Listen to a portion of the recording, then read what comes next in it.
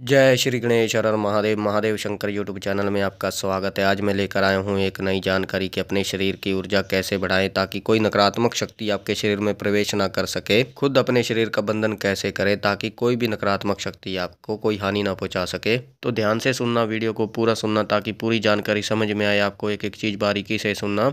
आज की वीडियो में मैं आपको बताने जा रहा हूं कि आप अपने शरीर का बंधन खुद कैसे कर सकते हैं और शरीर का बंधन क्यों करना चाहिए। अब बंधन की बात करें तो बंधन कई प्रकार के होते हैं। कई लोग जो हैं बंधन लगाते हैं, कई शक्तियां जो हैं बंधन लगाती हैं। अगर आप अपने शरीर का बंधन कर लें, अगर आप अपनी आत्मा का बंधन कर लें तो कोई भी सूक्ष्म जगत की चीज, कोई भी नकारात्मक शक्ति आपके शरीर में प्रवेश नहीं कर पाएगी और सिर्फ आपके अंदर सकारात्मक शक्तियां ही प्रवेश कर पाएंगी। क्योंकि जब आप ऐसे ताले को लगाते हैं, जो ताला लगने के बाद किसी नकारात्मक शक्तियों को आपके शरीर में प्रवेश नहीं करने देता, सिर्फ और सिर्फ वो ताला आपके अंदर सकारात्मक शक्तियों को ही प्रवेश होने देता है, फिर आपके शरीर में सकारात्मक शक्तियां वास करना शुरू कर देती हैं। तो आपके शरीर का बंधन बहुत जरूरी है, क्योंकि आजकल भूत प्रेत जिन मसान नकारात्मक शक्तियों से बहुत लोग पीड़ित हैं। आप रोज देखते ही होंगे कि जगह जगह दरबार लग रहे हैं, सुनते होंगे जगह जगह दरबार लगते हैं, नकारात्मक शक्तियों को ठीक किया जा रहा है। कई लोग तो प्रेतों को निकाल देते हैं, कहीं और रख देते हैं या किसी के और के ऊपर भेज देते हैं जो तांत्रिक होते हैं। कुछ ऐसे लोग होते हैं, कुछ ऐसे साधक होते हैं, कुछ ऐसे भगत होते हैं, कुछ ऐसे तांत्रिक होते हैं जो दूसरों पर नकारात्मक शक्तियां भेज देते हैं, किसी के बुरे के लिए भेज देते हैं। वो तांत्रिक क्रिया कर देते हैं किसी भी व्यक्ति के ऊपर। अगर किसी व्यक्ति के ऊपर वो तांत्रिक क्रिया कर देते हैं, अगर उसके शरीर का कोई बंधन नहीं है, तो वो जो तांत्रिक क्रिया है सीधा उसके शरीर पर वार करती है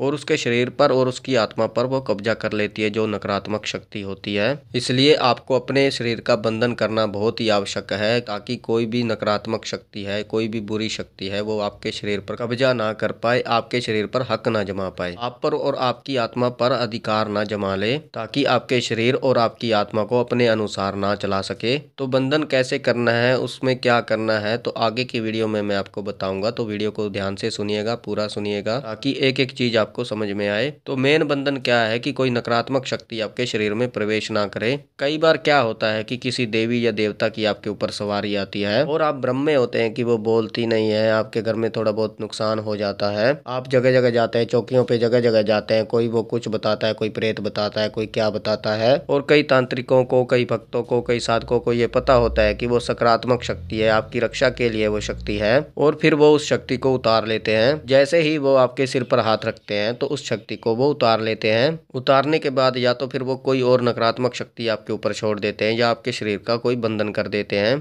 वो जो शक्ति आपके पास सकारात्मक शक्ति थी, वो चाहकर भी आपके शरीर में फिर प्रवेश नहीं कर पाएगी, क्योंकि उस शक्ति का बंधन कर दिया गया है, आपके शरीर का बंधन कर दिया गया है। फिर कोई सकारात्मक शक्ति आपके शरीर में प्रवेश नहीं करेगी। तो एक बंधन ये भी होता है जो भक्त और तांत्रिक के द्वारा किया जाता है, ताकि आपके शरीर में वो शक्ति दोबारा प्रवेश ना कर पाए। वो शक्ति देवी देवताओं की थी, सकारात्मक शक्ति थी, भूलवश फिर आपने उसको उतरवा दिया, फिर उसकी कृपा आने वाले समय में आपको बिल्कुल भी प्राप्त नहीं होती, जो आपने सकारात्मक शक्ति अपने ऊपर से उतरवा दी। कई बार जो तांत्रिक होते हैं आपके ऊपर क्रिया कर देते हैं, अगर आपके शरीर का कोई बंधन नहीं है तो वो तांत्रिक क्रिया जो है आपके ऊपर सीधा अटैक करती है। जिस प्रकार से गर्म लोहे को आप आसानी से मोड़ सकते हैं, उसी प्रकार से अगर आपके शरीर का कोई बंधन नहीं किया गया है तो आपके शरीर पर कोई भी तांत्रिक क्रिया असर कर सकती है, अटैक कर सकती है। अगर आपके अंदर, आपके शरीर में वो तेज नहीं है तो वो जो नकारात्मक शक्ति होती है, जो तांत्रिक क्रिया होती है, वो आप पर बहुत जल्दी असर करती है, आप पर बहुत जल्दी अटैक करती है। तो कोई भी तांत्रिक क्रिया आपके ऊपर की जा सकती है और कोई भी नकारात्मक शक्ति आपके शरीर पर अधिकार जमा सकती है। इसलिए बहुत जरूरी होता है अपने शरीर का बंधन करना। आपने देखा होगा कई तांत्रिक भगत क्या करते हैं, अगर किसी के ऊपर नकारात्मक शक्ति है तो फिर वो एक ताबीज देते हैं, एक धागा देते हैं, एक गंडा देते हैं। कुछ ताबीज ऐसे भी होते हैं जो आपको पीने के लिए देते हैं पानी में डालकर, और काले रंग की जो डोरी होती है वो आपको गले में बांधने के लिए भी देते हैं या फिर आपके बाजू में बांधने के लिए दिया जाता है। और जो गर्भवती महिला होती हैं उनकी कमर में बांधने के लिए दिया जाता है। महिलाओं को कमर में बांधने के लिए इसलिए दिया जाता है कि उनकी जो कोख होती है उसका बंधन किया जाता है, ताकि कोई नकारात्मक शक्ति उन पर हक ना जमा सके, उनके होने वाले बच्चे को नुकसान ना पहुंचा सके, नकारात्मक शक्ति उस पर प्रभाव ना डाले। उसी प्रकार से अगर आप अपने गले में धारण करते हैं तो आपके शरीर का बंधन हो जाता है, और आपके शरीर का बंधन होने के बाद कोई नकारात्मक शक्ति आपके शरीर में प्रवेश नहीं करती। और जो वो ताबीज होता है, गंडा होता है, धागा होता है, उसकी पवित्रता पवित्रता का ध्यान रखना पड़ता है। जैसे उस तावीज को, गंडे को या धागे को आपको सूतक पातक में नहीं ले जाना होता है और उसको गंगा जल से धोना होता है। इस प्रकार से आपको ध्यान रखना होता है। तो ये बंधन ही किया जाता है आपके शरीर का। तो इस प्रकार से किया हुआ बंधन आपके शरीर को, आपकी आत्मा को फिर वो बचाता है।